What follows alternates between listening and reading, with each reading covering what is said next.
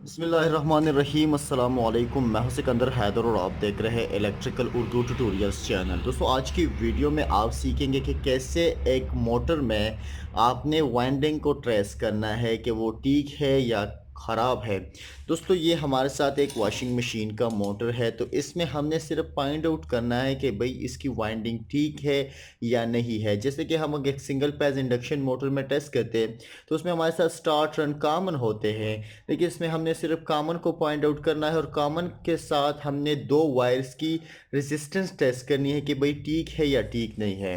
हमारे साथ आम किसी पैन में या अलग मोटर में, जो भी सिंगल फेज मोटर होता है उसमें हमारे साथ जो होता है एक कॉमन होता है, एक स्टार्ट होता है, एक रन होता है, ठीक है।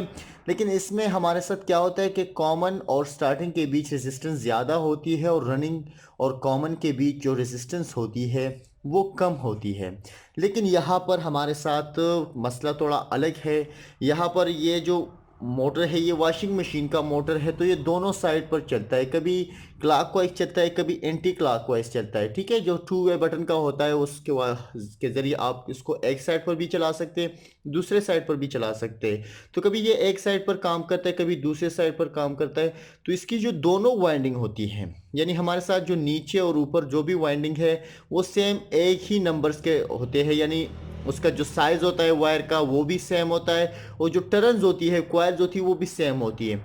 हमारे साथ तो दूसरे मोटर्स में नीचे जो मैन वाइंडिंग होती है वो अलग वायर की बनी होती है और जो हमारे साथ स्टार्टिंग वाइंडिंग या एक्सेलरी वाइंडिंग कहलाती है वो हमारे साथ अलग वायर की बनी हुई होती है। लेकिन यहाँ पर हमारे साथ जो रनिंग वाइंडिंग है और स्टार्टिंग वाइंडिंग है वो दोनों सेम एक ही वायर के बने होते हैं। तो इसमें हमारे साथ स्टार्टिंग और रनिंग का कोई झंझट नहीं है। आप किसी को भी कैपेसिटर कनेक्ट कर दे, किसी को भी सप्लाई प्रोवाइड कर दे, सेम उसी तरह काम करेगा और कोई मसला नहीं करेगा। तो इसमें आपने करना क्या है कि भाई आपने देखना है कि कॉमन को फाइंड आउट करना है और इसके बाद हमारे साथ जो दो वायर बचते हैं उनके बीच आपने रेजिस्टेंस टेस्ट करनी है। अगर वायर बचे हुए ए और बी तो उस दोनों के बीच कितने रेजिस्टेंस है सी के साथ, ठीक है। तो सबसे पहले आपने करना क्या है, सबसे पहले आपने इस वॉशिंग मशीन के मोटर को टेस्ट करना है। इसका जो है ना आपने फिर आयरन कोर के साथ चेक करना है कि भाई कोई कनेक्टिविटी है या नहीं है। आप देख सकते हैं कि इसकी जो वायर थे वो बिल्कुल कटे हुए हैं और मैंने इसको खोल के रखा हुआ है, तो ये एल्युमिनियम का बना हुआ है। आप देख सकते हैं एक वायर यहाँ पर है, एक वायर यहाँ पर है और एक वायर यहाँ पर है, तो इससे टोटल 3 वायर्स निकलते हैं। अब सबसे पहले मैं आपको थोड़ा बताता चलूँ कि हमारे साथ एक वॉशिंग मशीन मोटर में क्या होता है। हमारे साथ वॉशिंग मशीन मोटर में जो कॉमन वायर होता है वो दोनों बीच जो ए और बी वायर है जो कैपेसिटर के साथ लगने वाले हैं उनका रेजिस्टेंस जो है वो सेम होगा, ठीक है। अगर इसका 85 ओहम है तो इसका भी 85 ओहम होना चाहिए, ठीक है। तो सबसे पहले आपने करना क्या है कि आपने फाइंड आउट करना है कि कौन सा कॉमन है। उसका सिंपल तरीका है भाई, वो आपने पहले फाइंड आउट करना है कि भाई दो वायर जो है उसके बीच अगर आपका रेजिस्टेंस ज़्यादा है तो इसका मतलब होगा कि भाई वो तीसरा हमारे साथ कॉमन है। मिसाल के तौर पर हमारे साथ यहाँ पर वायर्स है ए, बी और सी। अगर ए और बी के बीच रेजिस्टेंस आते हैं हमारे साथ 80 ओहम, ठीक है। और हमारे साथ ये दोनों के बीच रेजिस्टेंस ये है, ए और सी के बीच रेजिस्टेंस 40 ओहम है। ए सॉरी बी और सी के बीच रेजिस्टेंस भी 40 ओहम है। तो इसका मतलब ये कि ये जो हमारे साथ सॉरी ये बी और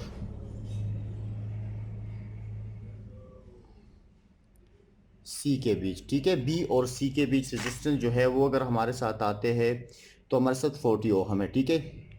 तो अब हमने पहले फाइंड आउट करना है कि कौन सा कॉमन है। सबसे पहले आपको चाहिए एक मल्टीमीटर। मल्टीमीटर एनालॉग भी हो सकता है, डिजिटल भी हो सकता है और उसमें आपने टेस्ट करना है उसे ओहम टेस्टिंग से या कनेक्टिविटी टेस्ट से। अब मैं यहाँ पर कनेक्टिविटी टेस्ट सेलेक्ट कर लेता हूँ और पावर ऑन कर लेता हूँ, ठीक है। तो अभी ये मुझे कुछ भी शो नहीं करता क्योंकि कुछ रेजिस्टेंस अभी अभी हमने इसे टेस्ट किए ना। अगर हम इसको आपस में कनेक्ट करते हैं तो हमारे साथ आते हैं कुछ रीडिंग जो बिल्कुल ज़ीरो ओहम से। अब सबसे पहले आपने करना क्या है कि एक वायर यहाँ से लेना है, कनेक्ट करना है, ठीक है, और दूसरा इस बॉडी के साथ, इस जो आयरन कोर है, ठीक है, उसके साथ कोई भी कनेक्टिविटी नहीं है। अगर कनेक्टिविटी इसी तरह से आती है जैसे कि मैं यहाँ पर करता हूँ, तो फिर इसकी जो वाइंडिंग है वो इस कोर के साथ तो शॉर्टेड होगी, ठीक है। तो फिर ये वाइंडिंग आपने रीवाइंड करना है या मोटर को चेंज करना है। उसके बाद ये दो और वायर्स है, तो इसमें भी आपने ऐसी सेम यही तरीका अपनाना है, एक के साथ और उसके बाद इस दूसरे के साथ। तो कोई भी कनेक्टिविटी इसका आयरन कोर के साथ है नहीं। अब वो नेक्स्ट जो टेस्टिंग है वो करना क्या है कि आपने इसमें फाइंड आउट करना है कॉमन वायर, ठीक है। तो मैं इन दोनों को टेस्ट करता हूँ।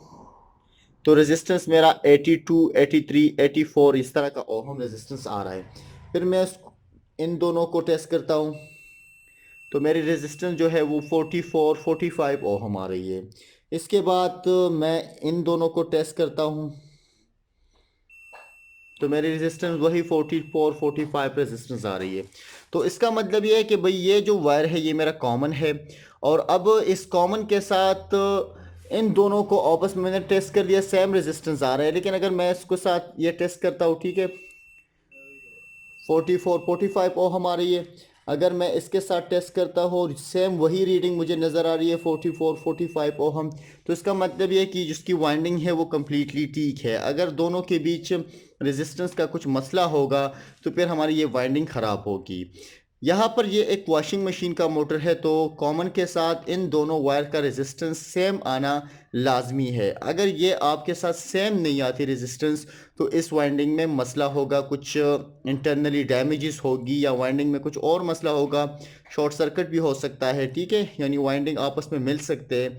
दूसरी बात है, अगर आपके पास ये एक वॉशिंग मशीन का मोटर नहीं है और ये एक पैन है, तो फिर उसका तरीका थोड़ा डिफरेंट है। उस हवाले से ऑलरेडी मैं वीडियो कर चुका हूँ, जैसे जिसमें मैंने स्टार्ट और कॉमन फाइंड आउट करना और इसका मसला फाइंड आउट करना सब कुछ सिखाया हुआ है।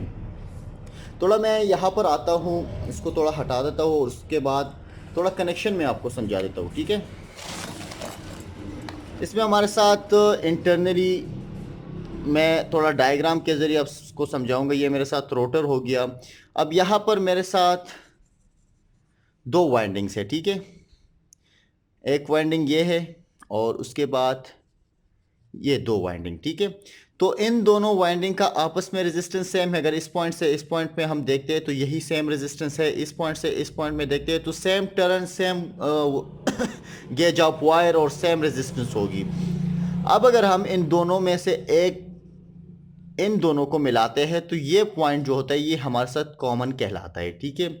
अब एक कॉमन इसके साथ भी सेम रेजिस्टेंस रखेगा, इसके साथ भी सेम रेजिस्टेंस रखेगा। अब हमें कॉमन का कैसे पता चलता है? मीटर के ज़रिए। अगर हम मीटर से इस पॉइंट और इस पॉइंट की रेजिस्टेंस टेस्ट करते हैं तो हमारे साथ इस कॉइल की सिर्फ रेजिस्टेंस आती है। अगर इस पॉइंट की और इस पॉइंट की रेजिस्टेंस टेस्ट करती है तो हमारे साथ इस कॉइल की सिर्फ रेजिस्टेंस शो होती है। लेकिन हम इस पॉइंट की अगर इस पॉइंट की रेजिस्टेंस टेस्ट करेंगे तो हमारे साथ ये दोनों कॉइल की जो रेजिस्टेंस होगी वो डबल हो जाएगी, जिससे हमें पता चलता है कि भाई जो तीसरा वायर है वो हमारे साथ कॉमन है। अब करना क्या है आपने? अब वो कॉमन तो हमारे साथ निकल गया, दो वायर हमारे और भी निकल गए, ठीक है, ये तीन वायर बाहर निकलते हैं। अब करना क्या है कि अगर आप कैपेसिटर लगाना है तो कैपेसिटर आप इन दोनों के बीच लगाएंगे, ठीक है, इन दोनों के बीच लगाएंगे। अब सप्लाई अगर प्रोवाइड करें, अगर इसको मैं न्यूट्रल प्रोवाइड करता हूँ और इसको मैं लाइन प्रोवाइड करता हूँ, ठीक है, तो हमारे साथ ये मोटर चलने लगेगा, ठीक है। अगर मैं ये लाइन यहाँ से हटा देता हूँ और यहाँ पर प्रोवाइड करता हूँ तो फिर भी ये मोटर चलेगा, लेकिन इसकी जो डायरेक्शन है वो चेंज हो जाएगी। तो हमारे साथ जो ऊपर टाइमर होता है, वो टाइमर जो होता है वॉशिंग मशीन का, वो सेम यही काम करता है कि भाई हमारे साथ कभी सप्लाई यहाँ पर प्रोवाइड करता है तो कभी यहाँ पर प्रोवाइड करता है, और हमारा जो मोटर है वो कभी क्लॉकवाइज तो कभी एंटी क्लॉक चलता है, ठीक है। टाइमर के हवाले से ऑलरेडी मैं गाइड कर चुका हूँ। अगर आपको वॉशिंग मशीन की कंप्लीट वायरिंग सीखनी है, कैसे इसकी कंप्लीट वायरिंग होती है, टू वे स्विचेस का और टाइमर का, इसमें बिल होता है, इंडिकेटर होता है। तो उस हवाले से आप मुझे कमेंट सेक्शन में बता दीजिए, मैं कंप्लीट डायग्राम के ज़रिए आप लोगों को समझाऊंगा और इंशाल्लाह आगे जाके मैं आपको कुछ एनिमेशन के ज़रिए वायरिंग सिखाऊंगा, जिससे आप कंप्लीटली आसानी से सीख पाएंगे electrical wiring, electrical installation, three phase etcetera etcetera. हम कई टॉपिक्स पर काम करेंगे। तो जिस टॉपिक के हवाले से आपको कुछ डाउट्स है या कुछ सीखना है तो आप कमेंट सेक्शन में बता दीजिए, अगर वो हमारे लिस्ट में होगा और हम उस पर काम कर सके तो इंशाल्लाह ज़रूर करेंगे। इसी के साथ ही आज की वीडियो ट्यूटोरियल ख़त्म होती है। मज़ीद ट्यूटोरियल के लिए आप हमारे यूट्यूब चैनल को ज़रूर सब्सक्राइब कीजिए। सब्सक्राइब के बाद बेल का आइकन पर क्लिक कीजिए और हमारी नोटिफिकेशन को ऑन कीजिए, ताकि हम जब भी कोई नई वीडियो डालें आपको नोटिफिकेशन मिल सके। अगर ये वीडियो अच्छी लगी हो तो इसको ज़रूर लाइक और शेयर कीजिए और अपना राय कमेंट्स में ज़रूर दीजिए। अल्लाह हाफिज़।